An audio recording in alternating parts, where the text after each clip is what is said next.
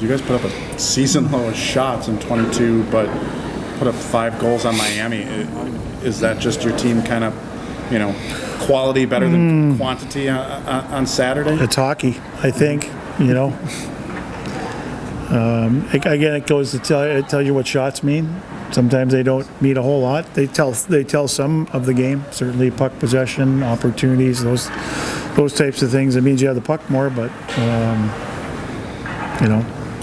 all I know is we had a really good weekend of hockey. I thought we played well. We came out in the first period on Saturday and did what we had to do and got an early lead and didn't look back. And it was nice to score some goals after certainly Friday when we only got one. But we're going to probably be in more of the 1-1 games, 2-1 games than the 5-2 games.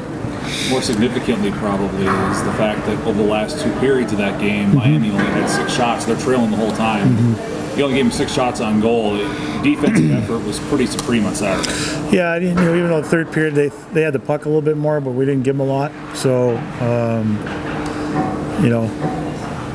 again, it's a little bit more of a focus to continue to be, better defensively. And I think if we do that, we're going to continue to get offensive chances. And, again, the better you are defensively, you score a goal or 2, you got a chance to win a hockey game. So, like I said before, we've got a goaltender, that can win a lot of games for us and make key saves. So, our job is to make sure that we try and limit the chances and where those chances are coming from. And last weekend was better. We still need to take care of the puck a little bit more, but overall I was pleased with our 120 minutes of hockey last week, and then 125 plus. Charlie Lindgren, what's going to be the key to beating him in the St. Cloud net? He could be one of the best goaltenders you guys may see all year.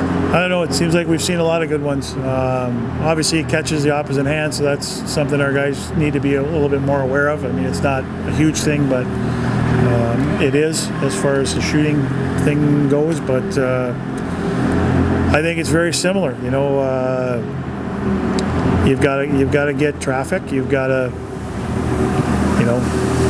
not let him see pucks. I don't think anything really changes. We just need to continue to do those things, and I think we've got a couple of things that we started to do against Miami that I think might help too with maybe allowing us to get some more a little more movement out of the goaltender and not allowing him to see everything straight on. I can't give it away. Did the defensemen help a little bit last weekend in what they were doing out there to help get goaltenders moving a little bit? I thought those guys did a good job against Miami, getting pucks through a team that really kind of, packed. Yeah, we did. We were better, Matt. There's no question. I thought we were better getting pucks through. I thought we were a little more patient up there and changed maybe some of the shooting angles a little bit better. We didn't have a lot of big, heavy shots. We got little wristers, and there was some traffic. I thought we did a better job of getting some pucks. When it wasn't there to shoot it through the middle of the rink, getting some guys off the net a little bit to create another option. So, but for the most part, I thought even Friday we had some good opportunities off that, and obviously Neil's goal. There was a lot of traffic, and it hit off somebody, and. But our guys did a much better job of that. How happy were you with Molinar's weekend? His name popped up a lot of block shots, and responsible in his own zone.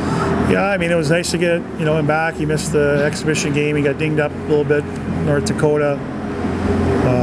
But again, real good puck mover, and he's been a good penalty killer for us.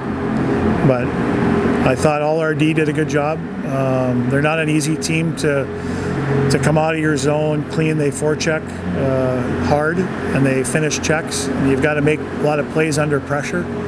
And I thought he did a really good job of that. And, I know 2 or 3 times it really come to mind where he was under pressure and knew he was going to get hit, but made the right play. And we need continued play like that.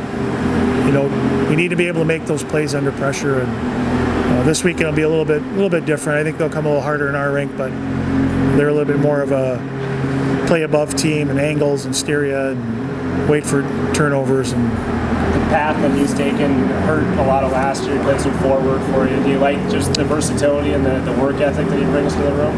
yeah, his biggest problem is he's staying healthy, and that's the unfortunate thing. Every time he seems to get going, he comes up with an injury, which kind of sets him back. So hopefully the one he sustained against North Dakota is the last one he'll have. So, but he's a guy that can play on the power play.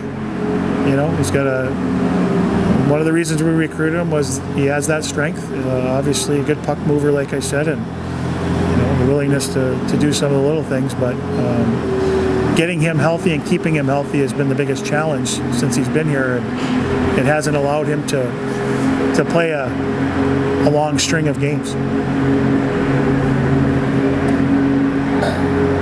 Talk about Avery being on the ice, practicing now for the next year. What does he bring, to the program just as a practice player? But what do you hope maybe his future can hold here? Well, I think he fills a need for us. Obviously we lost a kid through a decommitment that would be in our program down the road, but another centerman that has experience. He's played college hockey, he's played in our league, he had success in our league, and he's a big body that can shoot the puck, and we're looking for good things. I mean, I think it's a huge need for us that we can add a guy like that, and unfortunately he's got to wait a year to play, but it's nice to know that we'll have that year and a half and possibly more, we hope.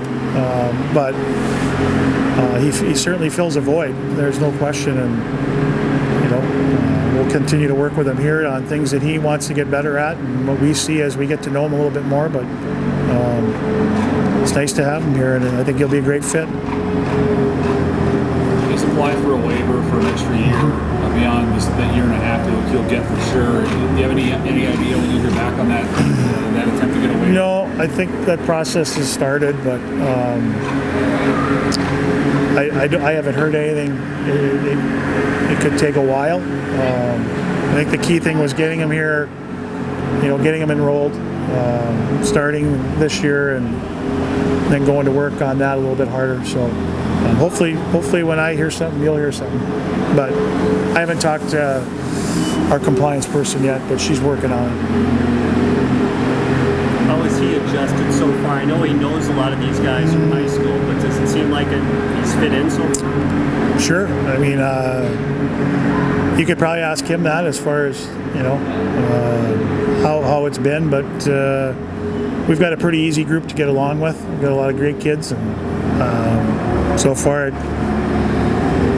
sometimes there's concerns when you add a player or whatever at Christmas, but not with this group. Our guys welcomed him, and they've been awesome to him. And for him, it's just getting back on the ice, getting used to something new. And I think each day he's gotten better, knocked off some of the rust a little bit, but so far I think it's been great, and I think our guys have welcomed him, and I hope he's felt that too. You say every week points are valuable in this league, but with a team that's ahead of you, like St. Cloud is, one of two teams ahead of you, do you not put any more emphasis on a weekend like this at home against a team like that? We're not. You know what? I said this to you this morning. I think our goal is to, and all we can do is really worry about the next game, and we know where we're at. You know what? We know what's ahead of us. We know who we play. We've got to try and go into each game, play our best hockey, and win, and get better every week. I thought we got better from the development game through the Miami weekend. Now we need to get better from Miami through St. Cloud, and we need to continue that because we want to be playing our best hockey at the right time of the year. And this group, I think they understand that, and right now that's our focus. St. Cloud's got 13 players, double digits in points. A lot of offense on this team. What are the keys to kind of slowing them down, keeping them in check this weekend? Stay out of the penalty box, number one. We got a 29% power play. was a key to us winning 2 games in their building last year, was playing discipline and staying out of the box and not giving them opportunities, because they're built around their power play. They have a ton of skill. Obviously, they're a puck possession team. We're a puck possession team.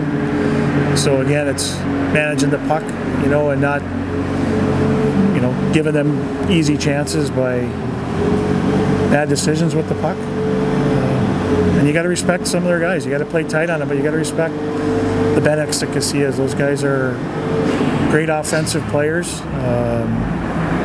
and they put up points for a reason.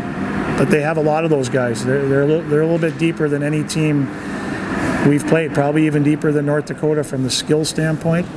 North Dakota has the top line. These guys are a little bit deeper, in 6 through 9 as far as skill. And just play hard on them.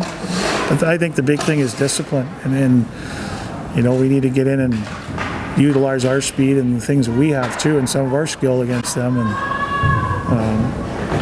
just playing smart. It's really playing smart and playing our strengths and playing discipline. Good.